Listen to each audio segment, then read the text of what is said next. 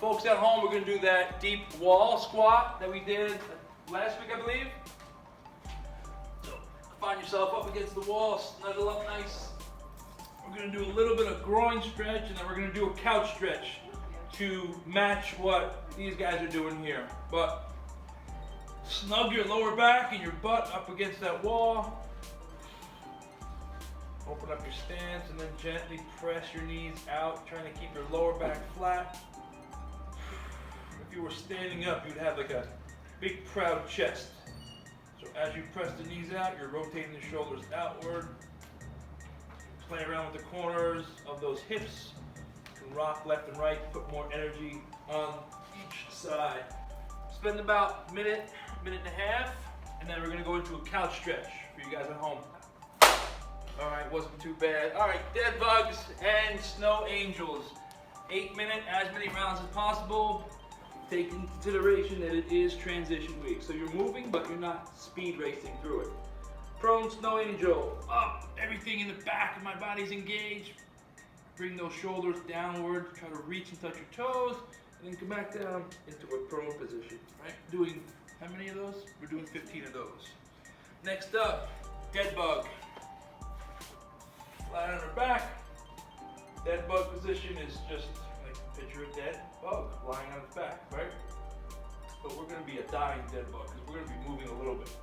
So, opposite, right? Where does the work happen?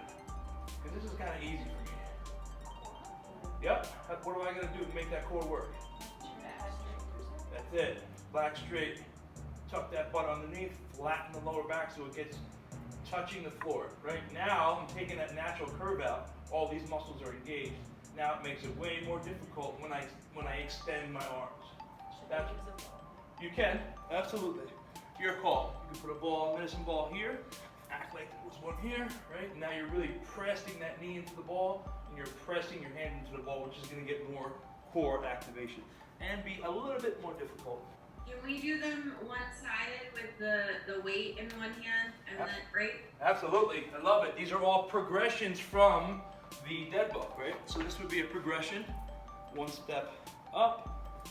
Here, now you have one non-moving hand, but you're gonna have to activate that shoulder by rotating outward. That takes your lat, it activates it. Now you're still keeping that lower back flat. Now you have more things to think about, right? So now this is stable, it's not moving. So my right knee shouldn't be moving, and I'm opposite.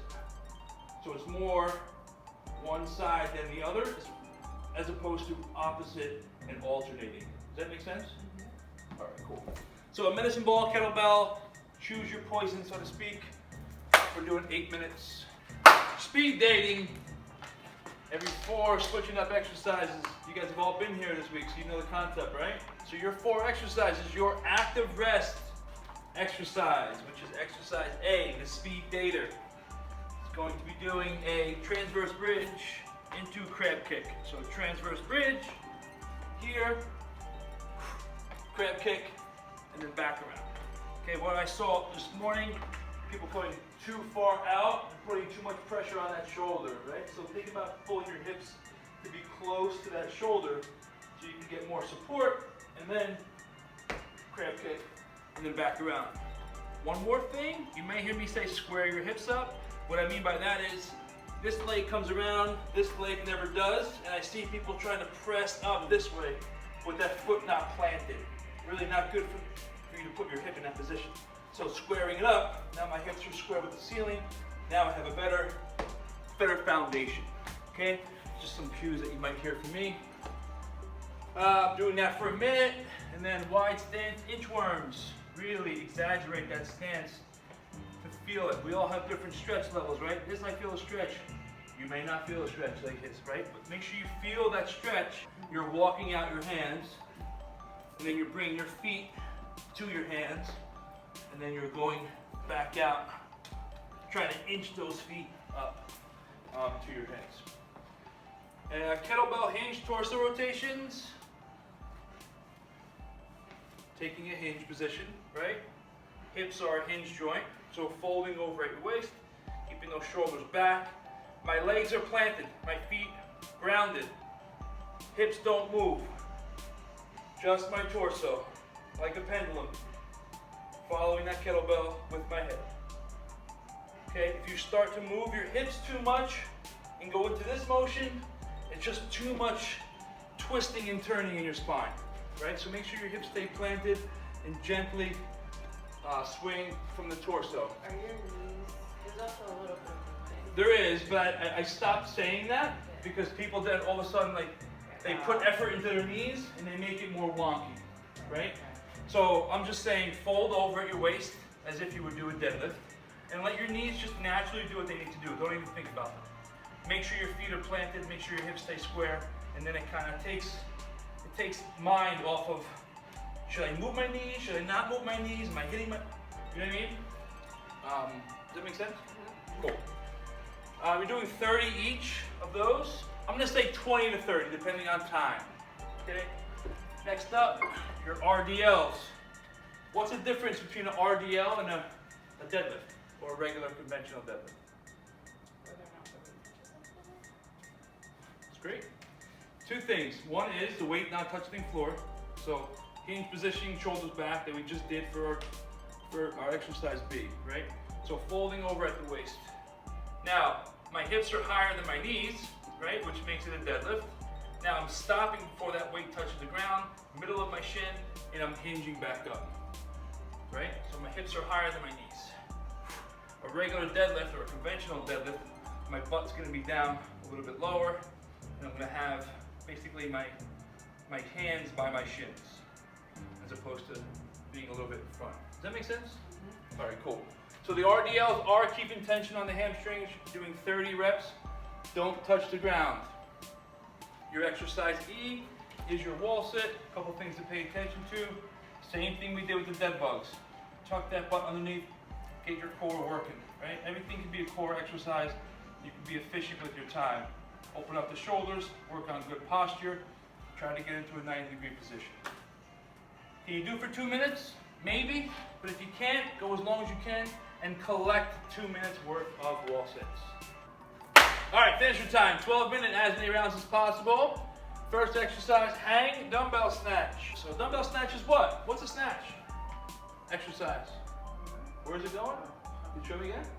Yeah, really good. That's a clean. So you're cleaning it up. Yeah. Snatch would be all the way up. Yeah. But the first half of it is a clean, and then you gotta punch it up. Yeah. So it's that clean, pull back, punch it up, right?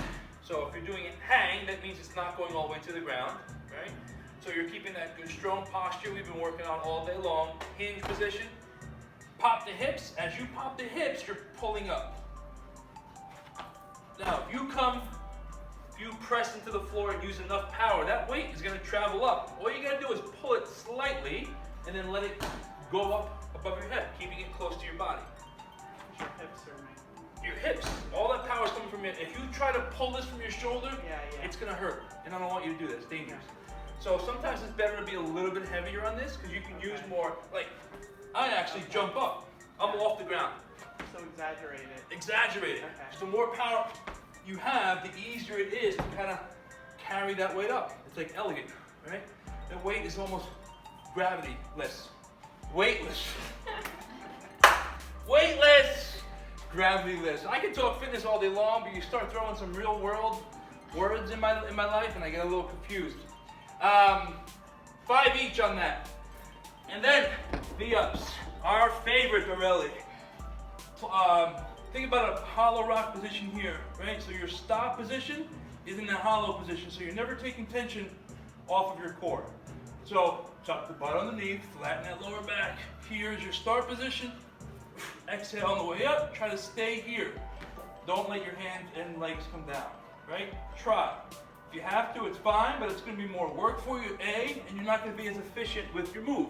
So try to stay in that hollow position, come up as high as you can, and then coordinate it so you're creating a nice little rhythm for yourself